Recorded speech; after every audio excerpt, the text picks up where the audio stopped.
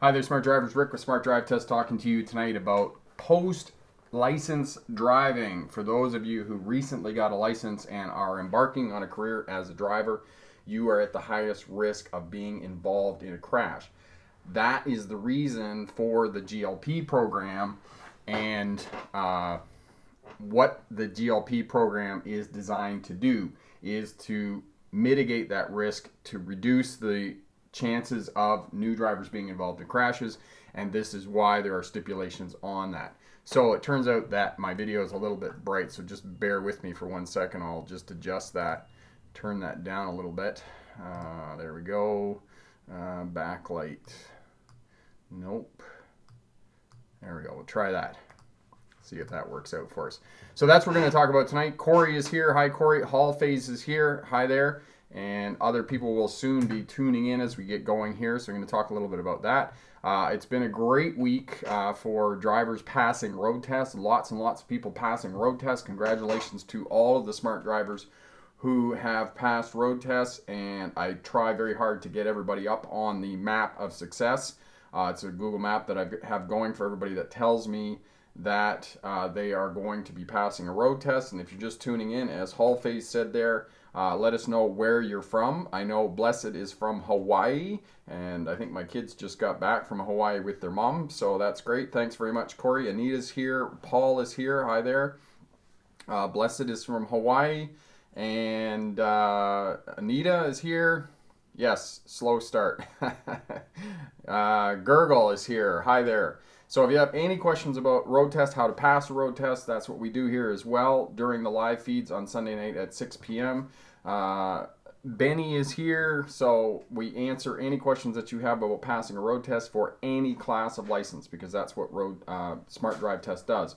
We help new drivers pass a license, veteran drivers to remain crash-free, and CDL drivers to start a career as a truck or bus driver. So Gurgle is from New York City, Tashi is from New Jersey, and Travel and Gaming is from Calgary, Alberta, here in Canada. So many people down there in the States and on the Eastern Seaboard, and I do appreciate those people tuning in from the Eastern Seaboard, because it's 10 o'clock at night on the Eastern Seaboard there in Cincinnati, where Gideon is from, and it's 7 o'clock in Calgary, and Benny is from Georgia. Multire in Georgia, Antigua is where Anita is from, so that's really great. Lots of people from all over the world tuning in tonight, and really good. And I actually took the day off from my other job today, so it's been a good day. I got lots of information out, so we have lots of people here who are showing up, and if you have questions, really great. Corey is in Winnipeg, Manitoba, sometimes jokingly called Winterpeg. They get a fair bit of winter there. Ruthless Ant is from Minnesota, and Liam, actually it's 9 in, yes, and I thank you for the correction, Liam. It is 9 o'clock on the Eastern Seaboard. Paul is in Toronto. Emily is in New Jersey. Blessed, it's 3 o'clock, 3 p.m. in Hawaii, so it's 3 hours earlier for them. Mohammed, starting tomorrow, my first class for CDL. Mohammed, you must be very excited starting your CDL tomorrow. That's really awesome news.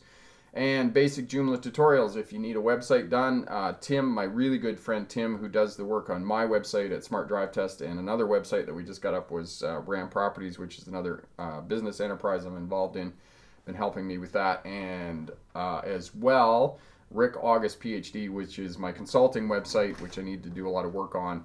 And Tim is helping me with all of that. So if you need any work, certainly see basic Joomla tutorials and building websites in Joomla, which is a really good content management system for websites. So that's all really good. All right. Wabil is from Cincinnati. Cincinnati's really great. That's where Tim Schmoyer is from. Is anybody's doing YouTube? Tim Schmoyer is one of the top YouTubers who has a channel about helping other YouTubers to change lives and to impact people with video. And I've followed a lot of Tim's stuff, and I've actually done some consulting, had hired Tim to do consulting, so that's really great too. All right, Anas, you're a great man. Really thank you a lot for the videos. You are most welcome. Thank you for the compliment. That's really great. Sebastian is here. Okay, Sebastian, Corey, I recently learned from a car expert not to keep any car older than 2004. Do you think this is good advice? Yeah, Corey, you can answer that question. You can field that question. Lucky556. Hi, Rick. Hey there, Lucky. Anas, an amazing tutor. Again, thank you. You are most welcome. Thank you so much for the compliments. So, as I said tonight, what we're talking about is we're talking about drivers that have recently got a license and are going out into the world and are going to be driving. And I've said this before, one of the things about getting a license and then going on to driving is that you now become a statistic. You become that statistic in the driving, in the traffic safety world, where you are at high risk. If you look at the graph for high risk drivers, it's actually an upside down parabola. It goes like this, and what happens is at the one end you have the young drivers who are sort of in that 18 to 25 group, and then the number of crashes reduces significantly for drivers between 25 and 45, and then at 45, because our biology, our physical ability begins to deteriorate for many people at age 45, what happens is that the number of crashes per 100,000 kilometers starts to go up again as people enter their older years. But at one and the same time, seniors have a lot of skills that they have acquired over a lifetime of driving, and many of them limit their driving, so they still tend to have higher number of crashes on a per 100,000 mile comparison, but young people are more at risk. So that's what we're going to talk about. Janet's from London, Ontario. Or from Ontario, Canada, rather. Lexi, in the driving test, do you turn on right on a red, or should you wait till it's green? Lexi, you can turn on a red light after you come to a complete stop at the correct position on the roadway, which usually is before the stop line. And as well, you can wait for the green. And again, I counsel students who are taking a road test and are practicing to go and do a road test. Make sure that you do a practice driving test with a local driving school, because remember, driving instructors teach drivers how to pass a road test every day, and preparing to drive to pass a road test is a very different exercise than driving. And remember, if you just drive the way that everybody else drives on the roadway, it's unlikely you're going to be successful on a road test, because there are specific skills, techniques, and abilities that you have to have in place to be successful on a road test. So be sure that you either watch the videos on my channel and be very specific about what you're doing for the purposes of a road test, or do a practice driving test with a local driving school. And they're inexpensive and they're less than an hour, and the driving instructor will give you specific feedback about which abilities and skills you're going to have to strengthen to be successful on a road test. Okay, so Shivank, you're an awesome teacher. Thanks for everything. You're most welcome, Shivank. Thank you for the compliment. Travel and gaming, yes, some intersections you can. And again, this is something that when you're doing your practice driving test, you can ask the local driving instructor whether you can wait for the green or whether you should proceed on the red. Now, you know that you can't do that for those of you in New York City. The 5 boroughs, you cannot turn right on a red light. You have to wait until it goes green. Other places, the examiner may get annoyed with you if you wait and there is an opening and you can go on the red, but for the most part, you can wait for the green if you're uncomfortable, okay? Hall Phase, did you read the message about chat reply from earlier? No, Hall Phase, I don't think I did. Can you repeat that for me? Dane, I just want to thank you for all your videos. Dane, you're most welcome. Reza, I passed my first driving test last Saturday at my driving school. I dedicate this accomplishment to you. I learned more here than at my driving school. You are doing amazing, and thank you so much. And thank you so much, Reza, for that. That is really awesome. Liam, on a 4-way intersection with 3 stop signs, does the first person to stop go first, or do you yield to traffic on the right? Liam, where are you encountering an intersection that only has 3 stop signs? That is unusual. That's not going to be the case for most intersections. Most intersections will have 4 stop signs around the intersection. It's unusual they're going to have 3. Okay, Rashawn. Hello, Rick. How often do you check your blind spots and mirrors during a road test? Every time, Rashawn. You need to have a scanning pattern in place, and Corey will put the video up for you on how to control your speed Buried in there is the scanning pattern that you have to have, and as well shoulder checking. You have to shoulder check twice every time you move the vehicle laterally, or any time that you are going to make a turn. And sometimes on a turn you may have to shoulder check twice, and if you're sitting there for a bit you may have to do it 3 times. Okay. Hall phase, I figured out why chat replay was not working. Oh, okay, there we go. Hall phase, they removed the chat replay button to the bottom of the stream. Okay, so Hall phase, you did figure out how to get the chat working. So now chat replay works for me. That's awesome. I'm glad you figured that out, Hall phase. That's really great. Okay, and that's good information for everybody else who's watching on the replay. If you're watching on the replay, know that the chat button is going to be at the bottom, and you can activate that. That way you can see the comments and the comments that I'm replying to, the questions I'm responding to and answering, and what people are saying. All right, so that's really great. And if you are watching on the replay and you like what you see here on Smart Drive Test, consider subscribing. Hit that thumbs up button. All of that helps out, and helps out other smart drivers who are working towards getting their license regardless of class, and gets that information out and shares it and gets it to all those people who are working towards a license. Because I know that the shelf life of you being here on Smart Drive Test is going to be sort of 6 to 12 weeks while you're working towards your license. So if we can help you with that, that's really great. And for those of you who are on the live stream today, if you feel like, shooting me a couple of bucks, there's also super chat available, and that's always greatly appreciated as well. So we're going to talk about that as well. Okay, so there we go. Daniel, I have trouble with understanding how much I should spin the steering wheel while in a roundabout if I have to make a left. Got any tips? Yes, I do, Daniel.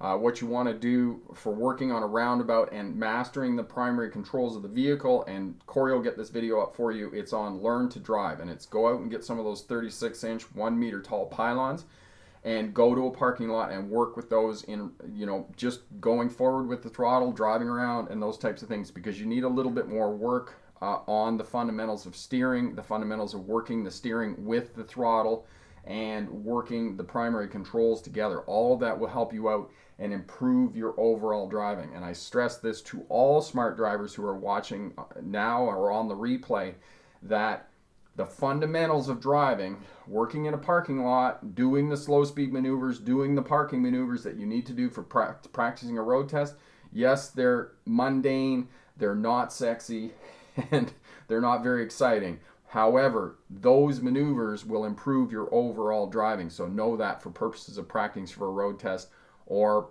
for working on learning how to drive better and becoming more competent in your driving. All right. Okay, Liam, there we go. Okay. Nathan, Smart Drive, and for sure you will pass the test. They are simply amazing. Thank you so much for that. Awesome. Liam, there's an intersection like that near me at the railroad crossing. Traffic coming from the railroad doesn't have to stop sign when someone comes from over the railroad. It messes up the order and confuses everyone. Yes. Okay, Liam.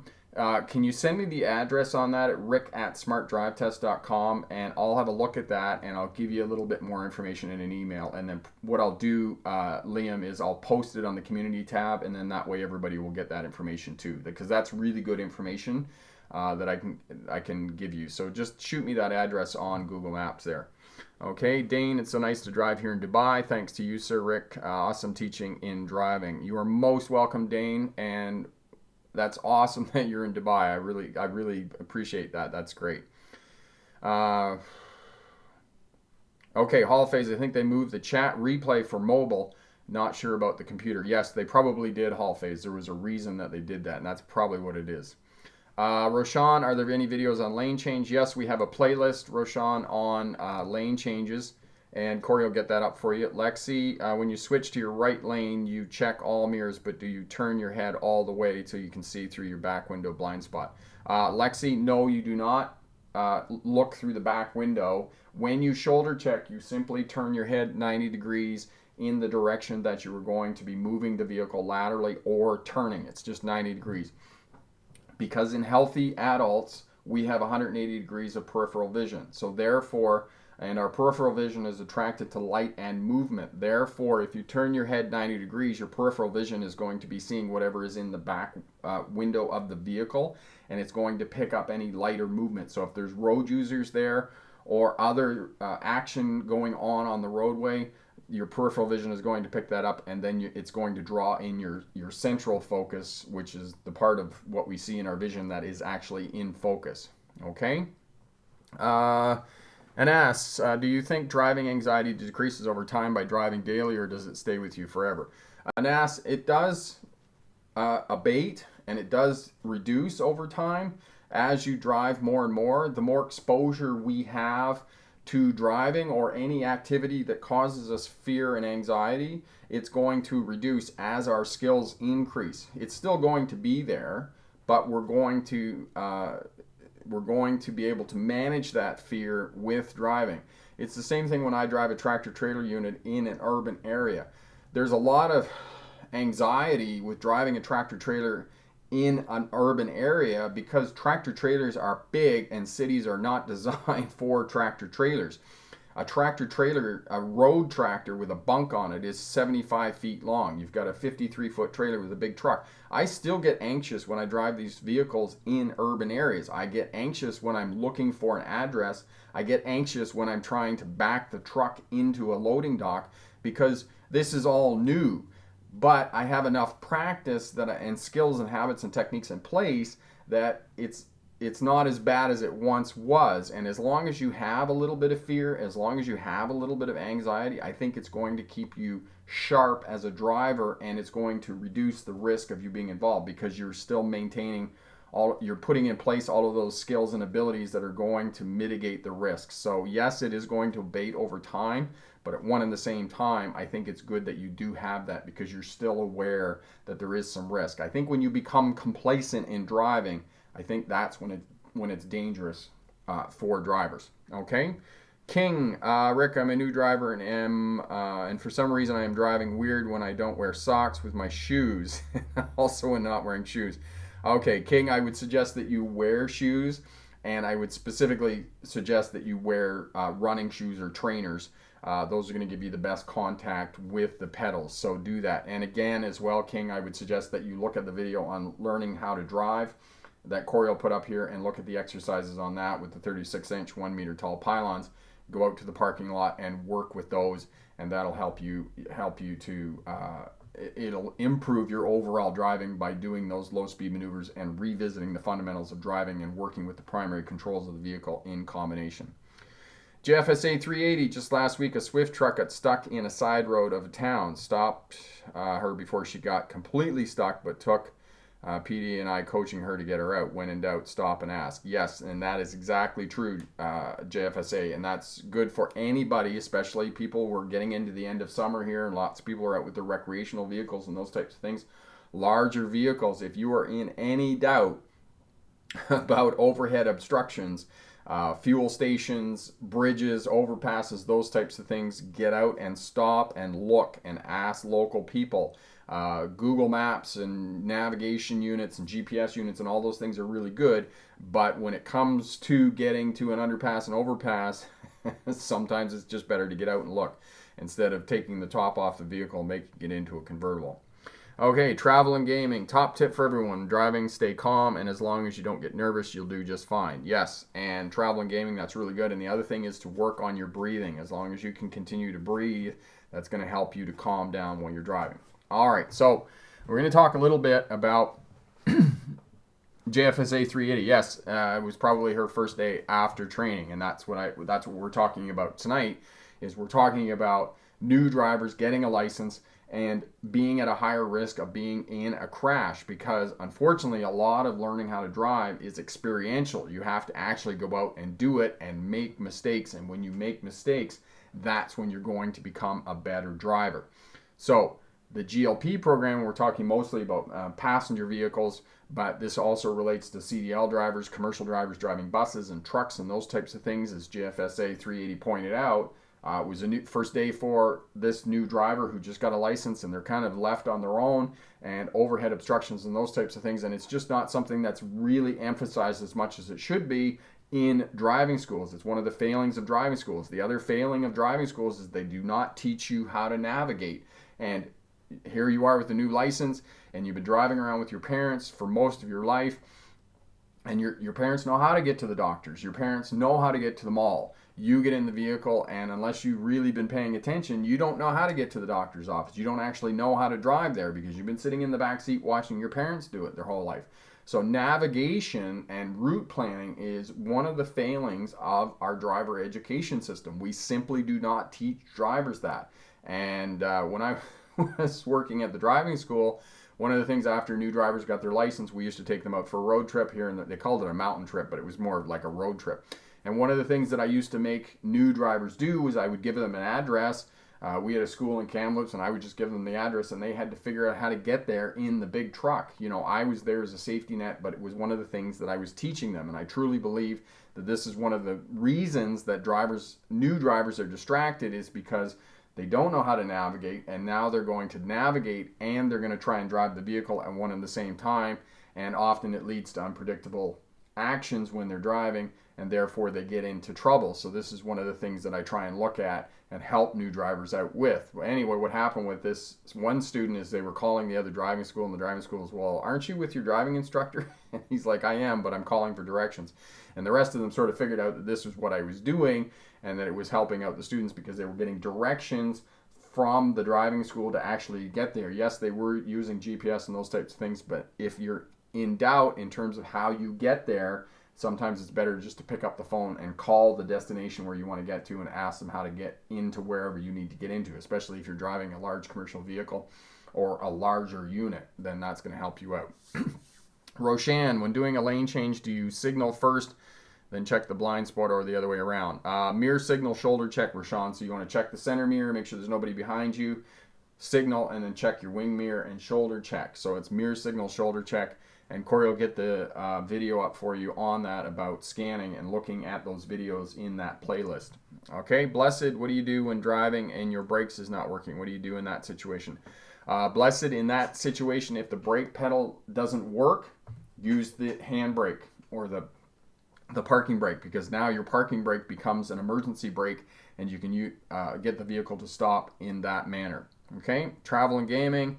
Yes, make sure you signal blinks 3 times before moving, and 2 shoulder checks. Yes, that's absolutely correct. So when you're lane changing, and that's what travel and gaming said there, 3 flashes on the signal. So 1 flash, 2 flash, 3 flash. So when you shoulder check, you look, flash, flash, flash, shoulder check again. The gap is still there. Then you can start to move over. And that's what you need to do for the purposes of a road test. And that applies to both passenger vehicles and to CDL drivers as well. All of the stuff for the passenger vehicles that you need to be successful on a road test is all applicable to the higher class licenses. Okay? Yes. So, as one of my favorite sayings is what Corey is saying here, is that signals are to tell other drivers that you wish to move over, not that you are moving over. Because, and this is one of the other things that leads into what I'm talking about social driving. The driving is a social activity, and everything in the driving environment tells us to drive differently than what we should in order to be safe and have defensive posturing. Signaling, communicating to other drivers about what you're doing. Most drivers do not communicate effectively, and this has been demonstrated to me again and again when I'm in the truck with drivers getting a CDL license, and they signal, or the traffic is all backed up and they need to move over and change lanes, and they say to me, well, the traffic's all backed up, I can't change lanes. And I say to the student at that juncture, I say, well, did you put your signal on? Your signal's not on. How do they know that you want to move over if you don't have your signal on? If you don't ask other drivers that you want to move over and change lanes, other drivers are not going to help you out. They're not going to create a space to help you move over. So, as Corey said, you need to put your signal on. You need to request from other drivers that you want to move over or you're going to turn, and you need to communicate effectively, and you need to continue to do that after you get your license, or you're going to increase the risk of being involved in a crash because other drivers don't know what you're doing. So the 4 fundamental components that I talk about again and again in terms of being successful in a road test: space management, speed management, observation, and communication. Those 4 fundamental components continue to be important for defensive posturing and mitigating the risk of being involved in a crash. And communicating is one of those things. You need to put your signal on to tell other drivers that you wish to move over, not that you are moving over, as Corey said. Okay? Liam, yesterday a tractor trailer was tailgating me on the interstate, pouring rain. I was in the right lane going around 50. His headlights took up almost my whole rearview mirror. What would I have done? So in that case, Liam, if you have a tractor trailer behind you, oftentimes they're not going to move over to the lane. So what I would suggest is just increase the space in front of your vehicle so that way you're not going to make aggressive movements and you're not going to have to slam on the brakes. If it gets really bad and the driver continues to tailgate you on the back end, you might want to speed up a little bit and change lanes into the left lane and then slow down and allow the tractor trailer to go past you. I mean, or just slow down in the lane and let the tractor trailer go around you. Sometimes, most of the time that works to sort of increase the distance in front of you, but sometimes it's just going to be better if you just move over to the other lane and let the tractor trailer go by. I don't know what it is with some drivers and trucks. They just insist on tailgating cars especially, but you want to get them to get around you somehow, okay? For everyone, hello sir, one thing is really confusing. What is the meaning of yellow school signs where speed limit is not mentioned? Should we reduce speed or not? Thanks. For everyone, yellow school signs that are shaped like a pentagon, they look like a house with yellow, that just means that there's a school in and around the area where you're driving. There's not actually a school zone, it's just a school in and around the area where you're going to be driving.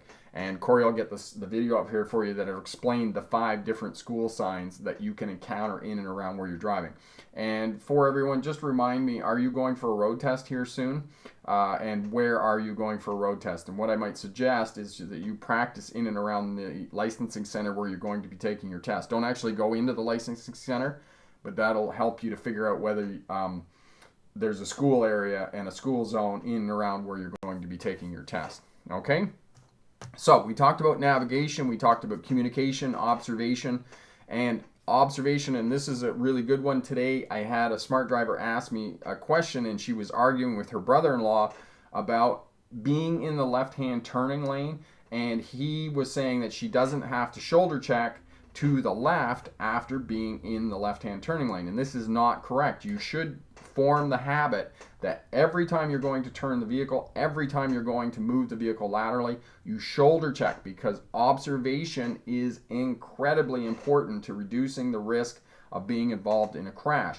And if you develop that habit that every time you're going to make a turn, you're going to shoulder check twice, if you develop that habit that every time you move the vehicle laterally, you're going to shoulder check, that is going to improve your observation. And most of the time, yes, it's going to seem redundant when you're in a left-hand turning lane, but what happens if there's a pedestrian standing on the median and they're jaywalking?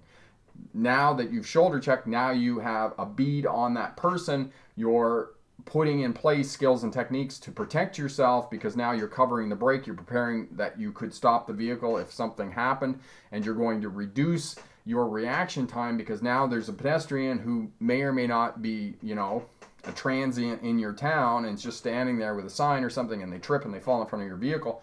So it's protecting yourself when there's unpredictable actions by other road users, and that's why you want to continue to observe, and that's going to keep you safe as a new driver on the roadway. But unfortunately, again, I come back to this social activity of driving. Everything in the environment tells us to do different than what we've been trained as when we have our license. And we know that new drivers are only going to be about 90 days, and they're pretty much going to be doing what the rest of the drivers are doing on the roadway. So you have to resist that and know that you have to communicate well, you have to observe well, and you have to have space management, good space management, in order to stay safe and have defensive posturing around your vehicle. Okay, WS, why do excessive maneuvers matter? Who cares how many tries it takes me to align my car during parallel parking when I'm already in the space? Excellent question, WS. Excellent question. Here's why. The purpose of a road test is to demonstrate to the examiner that you have due care and control of the vehicle in changing traffic conditions. That's the purpose of a road test. I'll just repeat that. You need to demonstrate to the examiner that you have due care and control of the vehicle in changing traffic conditions. And if you cannot park the vehicle in 2 or 3 attempts, you do not have due care and control of the vehicle, and you do not have abilities and skills that will keep you safe when they give you a license and let you go out on your own. Because as we're talking about tonight, new drivers who just recently got a license are a much higher level of risk of being involved in a crash. And that is the reason that they want you to be able to park in 1 or 2 tries with your vehicle. Okay,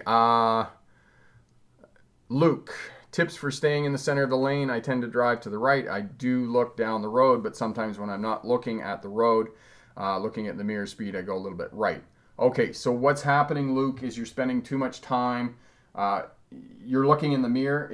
It's too long. It needs to be half a second or so. It just needs to be a quick glance when you're moving your head around, because what's happening is that you're spending too much time. It's like when people shoulder check, they often say the same thing, that the vehicle tends to move in that direction.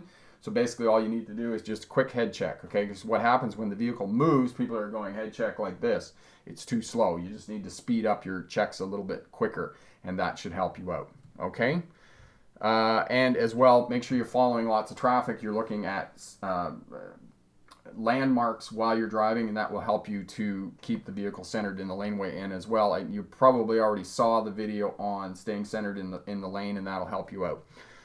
JFSA 380, note, emergency vehicles may pass on the left oncoming lanes. Yes, and that is an excellent point, 380, that emergency vehicles won't always pass you. If you move to the right, they're not going to pass you on the left. You can move to the left and they could pass you on the right. So keep an eye out for what they're doing. If the gas pedal is in the middle of the lane, the car is. The travel and gaming, that didn't really make great sense. Okay, Tapson23, Doctor, just wanted to thank you kindly. I passed my second behind the wheel in California last week. Your videos were helpful. God bless you. I have a question. How best can I maintain the speed limit? Thompson23, first of all, congratulations on passing your road test in California. That is an awesome achievement. That's really great. And now, Thompson, what I would suggest to you is that when you're on highways and freeways and interstates and whatnot, when you're outside of urban areas, outside of the city, use cruise control as much as possible. Your vehicle's probably fitted with cruise control. Do use that. And Corey will put the video up for you, and that'll walk you through how to use cruise control. Okay, for everyone, yes, I'm taking my road test in a few days in Mississauga. Thanks for the help. I really appreciate it. You're most welcome, for everyone, and good luck on your road test there. Okay, Utawadi, I drove on a highway in the U.S. As I wanted to turn left. There was an uncomfortable gap for me to go, so I waited. However, the truck at oncoming track honked. What do I do? And that's a really good question about what you do when other traffic honks at you, and it's disconcerting as a new driver when other drivers honk at you, because unfortunately honking our horn is not a form of communication anymore. It tends to be a form of aggression, and many of us are, it makes us very anxious. It makes us think that we need to go. And one of the things that you need to do, Uwadi, is as a new driver, you need to just focus on what you're doing and know that what you're doing is right. And if you're not comfortable with going, don't go. Let them honk all they want. And I'll tell you a funny story about a driving instructor who somebody honked at him, and he was in a driving school car with all the signs on it and whatnot. And somebody honked at him. I guess they were merging onto a road or whatnot. And he just told the student, he said, park the car. And he just told him to put it into park. And the driving instructor got out, walked around the car. He's looking at the back of the car. Looks at the driver behind them that honked. He kind of waved at him, got back in the car. So it's going to happen, unfortunately, that people are going to honk at you. And it's tough, but focus on what you're doing, okay? There we go. WS was told not to use the brake when car drifting into my lane, rather to tap the horn, but won't be held responsible if the car doesn't stop and I rear end them. Okay, so WS, if there's another vehicle that is drifting into your lane, you just move over to the other side of your lane as much as you can. And yes, do tap the horn, because oftentimes that will get their attention and say, listen, hey, something's going on here. Because the person, if it's at night, you're driving at night, they may have fallen asleep. Okay? Hall of Phase, it seems easy to drive a semi-truck. Yeah, professional drivers who've been driving trucks for a while do make it look easy. Yes, Hall phase, if you get out into some of these remote areas, there is very little traffic. Here in British Columbia, for example, the Trans-Canada Highway between Banff and Vancouver, there is very little traffic on that highway. As well, the connector between Kelowna and Merritt, British Columbia, there's very little traffic on that road. Okay, there we go. There we go. Okay, so, and again, if you're watching on the replay and you like what you see here, consider giving a thumbs up, consider subscribing to the channel, leaving a comment, and sharing. All of that helps out all of the smart drivers who are working towards their license. So do all of that and help us out there. That's really great. Rashmita, change lanes quickly on the highway and judge a safe gap. And yes, Rashmita, have a look at the video on changing lanes. Corey will put that up for you. There it is right there. And as well, yeah, there's some good stories in driving and driver training. That's pretty funny. Thanks so much, Travel.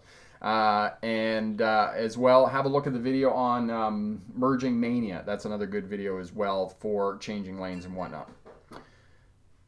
Sarah, yes, you can take your driving test in your own vehicle. Now, and Corey will get the video up for you on doing a pre-trip inspection. Make sure that you do a thorough pre-trip inspection on your car before you show up for the road test, because you don't want to be denied your road test because, say, for example, the seatbelt in the passenger seat doesn't work, or you've got a brake light out, because if they will do a mini pre-trip inspection on your vehicle before you go out on the road test, regardless of whether it's your own personal vehicle or whether it is whether it's a driving school car, they will do a pre-trip inspection. So make sure that everything's working, and there is a video here that Corey will get up for you on the pre-trip inspection for the purposes of your license. Okay, so you've got that going for you. So there we go. Okay, traveling game. My mom told me that if the gas pedal is centered in the middle of the lane, then the car is.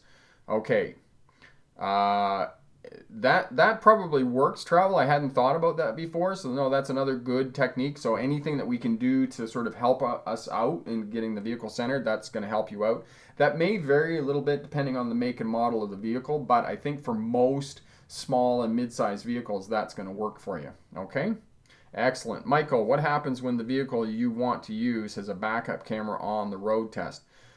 Good question, Michael. The only place that I'm aware of at this juncture that allows you to use backup cameras is the state of New Jersey. Every other place does not allow you to use backup cameras. That doesn't mean you can't glance at it when you're backing up, but for the most part, when you back up for the purposes of a road test, you need to be looking out the back window. So you're going to be steering with your left hand. You're going to have your right hand over the back of the passenger seat, and you're going to be looking directly out the back window of the vehicle. And every vehicle length, you want to do a 360-degree scan. You want to just pause, stop the vehicle, look forward, and then resume. Now, in the video that I talk about in reversing, I mistakenly said that you could take your seatbelt off. For the purposes of a road test, do not take your seatbelt off for the duration of the test. Leave your seatbelt on. Okay, that's more applicable to, unfortunately, CDL vehicles. When you're backing up, you can remove your seatbelt. And in many places in the world, in the traffic legislation, it does say you can remove your seatbelt for the purposes of backing up. But there are some places you can. And Florida was just one of them now that I learned that you can't take your seatbelt off when you're reversing. And again, for the duration of a road test, leave your seatbelt on. Okay, can't stress that enough. All right. Greed, you have a video to show when I can turn left and right. Yes, there's a whole series, playlists, Greed, and Corey will get those up for you on turning left and turning right. Yes, Liam, that is correct. On the right of way for turning. Another good tip for road test is that there is no fault light on, and keep the inside of the vehicle clean. Yes, nice and clean. Excellent. Yes, that's good travel. Really great. Rashawn, when doing a 3-point turn, is it safe to use the gas pedal to increase the speed, or not safe, or can we take our time? Rashawn, when you're doing a 3-point turn, take your time, and Corey will get the video up for you on 3-point turns and how to do that. You want very little throttle. You want to be going very slowly, and the reason you want to be going slowly is so that you can observe, you can control the vehicle, and if something does happen, another road user or a vehicle gets in your way, you've got time to react. That's the purpose for going slow. Liam, turn on red also must yield to U-turn. Yes. I don't know anywhere you are allowed to use backup cams. State of New Jersey, Hall of Phase is the only place that I know that you can use backup cameras for the purposes of a test. Otherwise, it's out straight out the back end. Sat Ann, how are you, my friend? How are you? Are you still in Russia, or are you somewhere else, Sat Ann? Sebastian in New York, light and not a green arrow, Leo. So, Leo, you don't have the right of way if you just have a green light. You're turning a red, you must yield to everyone. No exceptions. Traveling. Yeah, do not rely on the camera for sure. And I'm going to say this as new drivers with licenses as well as what we're talking about. Do not just use a backup camera when you're backing, okay? They're good, but you still need to do a 360-degree scan. You still need to check behind your vehicle and those types of things, okay? So don't just rely on your cameras, okay? Bricks for wheels. Yes, do not take your seatbelt off for the duration of a road test, okay? Driving examiners simply do not know about the legislation, so leave it on for the duration. The backup cam is 150. Sebastian in New York, there are complaints to put speeding cameras on school zones that once had speeding cameras, but they have expired. What is your take on speeding cameras? Sebastian, speed cameras are a whole different academic argument. And you know, there's good points and there's bad points. When I was in Australia, they have speed cameras. They're widespread in Australia, and very few people speed in Australia because of the speed cameras. So they have benefits. The charge that's leveled at authorities with speed cameras is that they're simply a money grab. And I think there is some validity to that as well. And unfortunately, there are times and discretions in driving that I don't think speed cameras or red light cameras are good, but I think they do serve a purpose, and you know they like I said, it's a different academic argument, and maybe I need to think a little bit more about that before I can answer it fully. Excellent, Sadan. I'm good. I spent a lot of time on paperwork. What kind of paperwork are you working on there? Carson, say you're using a small motorcycle or 50cc scooter, and you're at a traffic light. Most of the time, it will not trip the sensor, and you are stuck there at the red light. What should I do? Okay, so there's a couple of things that you can do, Carson. There's a sensor in the pavement. Usually that sensor is over to the left, just behind the stop line. That's one of the things you can do. If it's at night, you can flash the high beams into the sensor on the traffic light. Those are a couple of things that will help you to trip the light, because on a bicycle, I ride my bicycle a lot. Same thing, it won't work. Okay, so driving lessons by Big Mac Sam. Sam Arroyo there is from Rookie Auto Driving School in Bronx. He teaches driving there. And anybody who's in the 5 boroughs in New York, you can go and see Sam, and he will do a practice driving test with you. And as I said, I counsel you to take a practice driving test, and they're inexpensive. I think, what did you say, Sam? They're like $25 for a practice driving test there at Rookie Auto Driving School. Definitely invest in a practice driving test before you go for your actual license. It's going to give you great confidence, and you're going to get feedback on your driving ability. So again, I counsel you, take a practice driving test with a local driving school. It's really going to help you out. Travel, when doing a road test, can the police still stop you for a violation? What would be the procedure? Well, Travel, hopefully you don't get stopped by police during a road test, because you're going to be obeying all the traffic laws and signs and those types of things. So it's highly unlikely that you're going to be stopped by police during a road test. But you would just do the same thing that you normally would when you get pulled over. You pull over in a safe place, you have your license and your insurance ready, and make sure that you have those documents for the purposes of a road test. And again, that's part of your pre-trip inspection that you're going to be doing. So have that with you, and then simply answer the questions that the police officer is asking you. Okay, maybe they pulled you over for whatever reason, that they were looking for a vehicle of similar make and model, that there was a bank robbery or whatnot. So, okay. Okay, Mario, tips on parking big SUVs in a place like Walmart. Yes, Mario, stay away from other vehicles in the parking lot and move to the back of the parking lot where there's lots of space. That's the best thing you can do. And go slowly. That way you have lots of time to observe. You have lots of time to work the controls of the vehicle. And if something happens, or one of the Walmart patrons walks out in front of you, or those types of things, then you have time to stop and check. And if you're in the least bit of doubt, Mario, when you're driving a large unit in a Walmart parking lot, simply stop, Get out and look, and when you're absolutely sure that it's safe to go, then go. But if you have a passenger in the vehicle, get them to help you to observe as well while you're in and around the parking lot. So those are some strategies that you can do.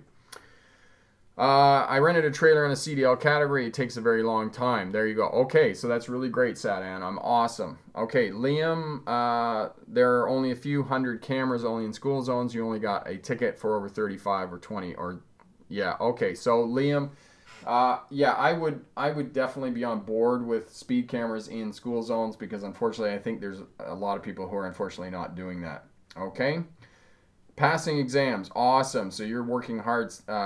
Sadan. Hall Phase, good night. Thanks so much for showing up and your questions and helping out with the chat button. I'm glad that we figured that out and now we can get that going. So thanks again, Hall Phase, and have a great night. Excellent. Okay, so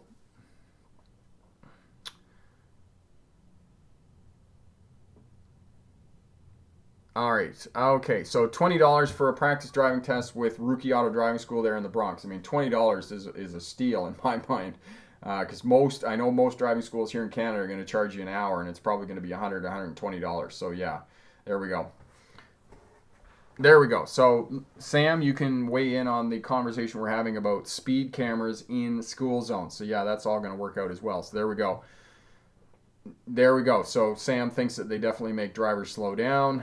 Sometimes, not always, though. Yeah, okay. Ashley, hi again. What is a typical scanning pattern we should use when driving in different situations to ensure that we know what's going on around our cars? Mario, you're most welcome. You're most welcome there, Mario. Glad we could help out. Ashley, scanning pattern, typical scanning pattern for all traffic situations. This is going to help you out. So look far down the road. Check your center meter. Far down the road. Back in instrument panel, far down the road, wing mirrors, and then repeat the pattern again and again. And of course, that pattern is going to be interspersed by lateral movements and turns and those types of things, so you're going to be doing shoulder checks. But as long as you do that, it's going to work out for you. So you just want to have that scanning pattern in place. And again, look at the video here on how to control speed because I've hidden the scanning pattern inside that video. So have a look at that, okay? Bricks for Wheels. Okay, how soon or when can I take my G test after getting my G2 license? Sidara, you're in Ontario, so correct me. I'm not 100% sure on this. I'll need to look it up for you, but I think it's 2 years from the time that you get your G till you get your G2 license. I think it's 2 years you have to be on the N phase of the GLP. But like I said, I would need to look that up to be sure, but most places it's 2 years. All right, so just a little bit more about driving after you get your license and mitigating the risk of being involved in a crash. Traffic flow. I do advocate that you do keep up with the traffic flow. I know that most of you are going to want to do the posted speed limit, but the traffic flow, as we all know, travels 10 to 15 kilometers an hour higher than what the posted speed limit is, or 10 miles an hour. I do advocate you keeping up with the traffic flow. If you're not comfortable with the traffic flow and you're on a multi-lane road, be sure you stay in that right-hand lane because you're just going to irritate other drivers on the roadway who want to get around you and want to pass. So stay up with traffic flow. Okay? Predict traffic patterns. Look far down the road and predict what other drivers are going to be doing. And know that the position of their vehicle on the roadway is going to communicate to you what that driver is doing. If they're moving into the left-hand turning lane, they're probably going to turn left. If there's an out-of-state license plate on the vehicle and they're slowing down and speeding up and slowing down, they're probably lost and they're probably looking for something. So know that as well. So try and predict what other drivers are going to be doing on the roadway and manage space around your vehicle. I come back to that again and again. Space management is the fundamentals of defensive driving for the purposes of staying safe and mitigating the risk of being involved in a crash. For new drivers as well, the GLP program, passengers in the vehicle. If you have more than one passenger in the vehicle, they're going to distract you. They're going to be talking to you. And if you're doing complex maneuvers, left-hand turns, and driving in heavy traffic and congestion and those types of things, it becomes more important to manage space around your vehicle, because if you turn to talk to them or look at them, then that is going to take your eyes off the road. So know that you need to manage space around your vehicle so that you have time to do that, okay? As well, night driving. Know that there are specific skills for night driving, and that your ability to see the roadway at night is reduced by half at night. As well, there's fatigue, there's drugs, there's drunk drivers, and those types of things. So know the danger periods of driving at night. As well, have a look at the video here on the channel on night driving, some really good information on that, and driving at night and how to find the roadway. All of that will help you out. Travel and gaming, yes, it's called one or the other depending on where you are in the world. Some places call it the GLP, the Graduated Licensing Program, or as you say in Alberta, it's the GDL, which is the Graduated Driver's License Program. So it's one or the other. It's essentially the same thing, and most of these GLP, GDL, or GDL programs all have the same basic 5 criteria in place. Limited to hands-free phones, no drinking and driving, 0 blood alcohol. You have to drive with a driver over 25. You can only have 1 passenger in the vehicle, and you can't drive between the hours of 1 and 5. I think that's 5. I think I got all 5. The other one that I missed was for students on the GLP program in Ontario, you can't drive on 400 highways. You can't drive on the 400, the 401, the QEW, and those types of things without a licensed driving instructor. So those are the criteria, and they will help you to stay safe after you get your license. Okay? And then finally, telematics and cell phones are a major distraction now. And if you can't leave your phone alone while you're driving, put it in the trunk, put it away from you where you cannot get a hold of it while you're driving. And as well, they're beginning to crack down with the fines on these devices, that if you're caught with your cell phone just simply picking the goofy thing up, you could incur a pretty hefty fine. So it's not even worth the risk, okay? Know that. There we go. Thank you so much, Sam, for the thumbs up. And if everybody could give it a thumbs up before you leave tonight, that would be really great. So we've talked a little bit about post-crash, post-license driving, that everything in the environment of driving tells you to do it differently than what you should be. But again, I come back to the fundamentals of driving. Observation, communication, speed management, and space management. And know that the top 3 reasons for crashes for all drivers are speeding for the conditions of the roadway, failing to yield, and following too close. Following too close. I come back to that again and again about space management. Manage space around your vehicle, because if you're not near any fixed objects, you're not near other road users, it's less likely that you're going to be involved in a collision. So again, the top 3 reasons: speeding for the conditions of the roadway, following too close, and failing to yield. And again, remember about the idea of right of way and yielding. You can be right or you can be dead right. So, and the right of way is always given. It is never taken. If somebody's not going to give you the right of way, you don't have it. Somebody else on the roadway has to give you the right of way. So know that is one of the reasons for car crashes in post-license, the post-license world. So you get your license and you're going out for the first few months after getting your license, you're at the highest risk of being involved in a car crash. So know that, and know the reasons why, and know some of the defensive techniques and skills that you can put in place that will keep you safe on the roadway. All right, so travel and gaming. I think it's you can drive with as many passengers in the car as seatbelts. Yes, you can travel and gaming. You can drive with as many passengers as you have seatbelts in the vehicle. But know that for new drivers, passengers are distracting because they're talking, they're laughing, they're looking at stuff, they're talking to you, they're poking at each other, they're moving around, especially the younger they are, because we got lots of energy when we're young, and they don't realize how complex the task of driving is. So as a new driver, know that if you have more than 2 passengers in the vehicle, you are at a much higher risk of driving. They know that, and that is the reason that is one of the criterias in the GDP programs and the GLP programs. You know, for that graduated licensing system, that's why, because they know that it's at a higher risk for new drivers, and it's going to cause distraction for them the same way that cell phones and telematics are. Telematics are the screens in the car that give you all that goofy information. That's what telematics are. Okay, Erwin, going to take my driver's test in a few days. Any good tips? Yes, Erwin, good luck on your road test there, and know that there's 4 fundamental components for any road test: observation, communication, speed management, and space management. You get those 4 things in place, you're going to do well. Speed management, posted speed limit or the flow of traffic, whichever is less. Space management, 2 to 3 second following distance.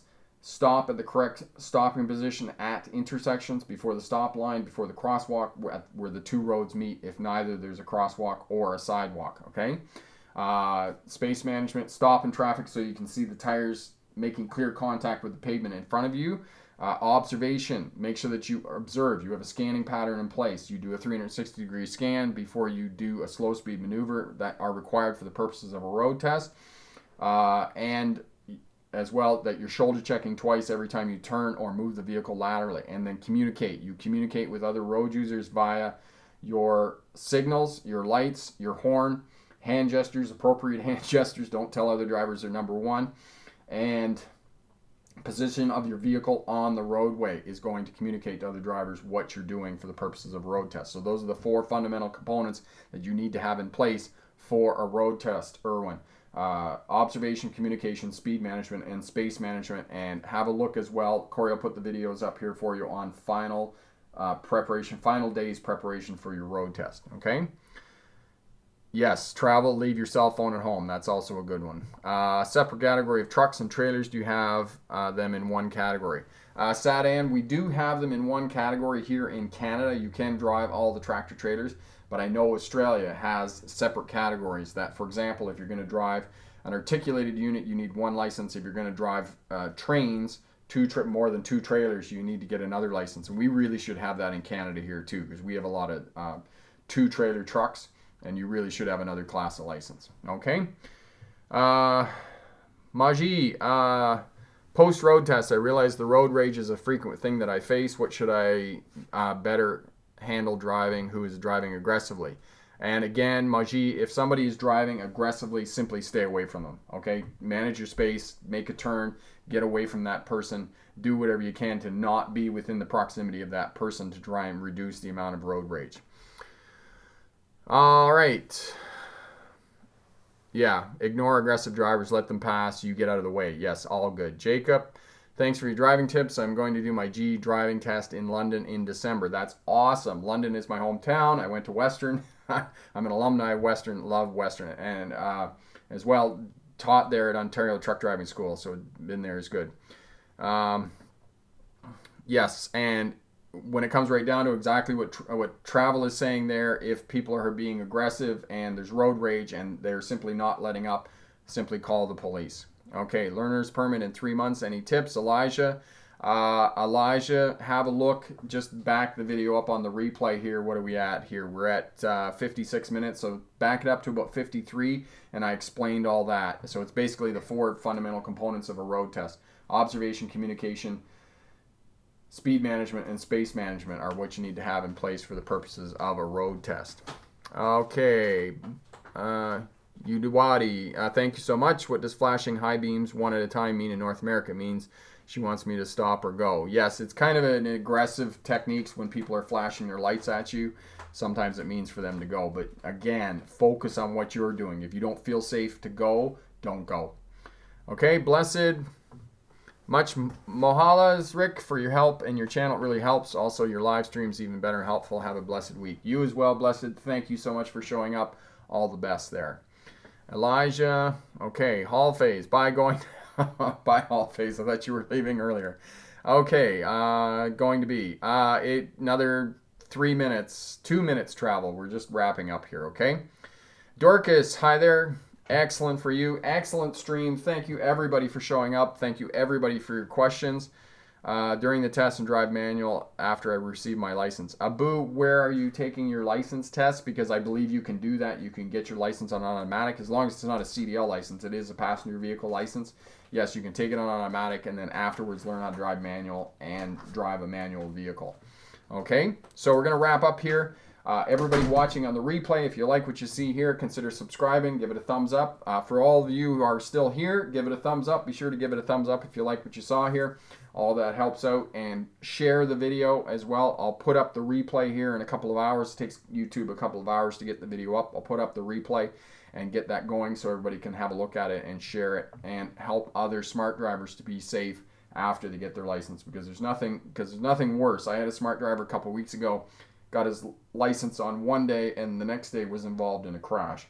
And that's just awful news, because we don't want to be involved in a crash, because you risk injury, you risk death. There's property damage, and even though we're all insured, at least hopefully we're insured, there's a great deal of energy and time in getting your vehicle fixed and those types of things, so we don't want you to be involved in a crash. Good night, Sam. Thank you so much for showing up, and thank you for your contribution. Really great. Jacob, all the best. Travel, thank you so much for all your comments and questions. It really helps out, and your tips for other drivers, that's all help. And I want to thank everybody for contributing, because we learn from each other, and I don't know everything for sure, and everybody helps everybody else out. So thank you so much, all the smart drivers that participated.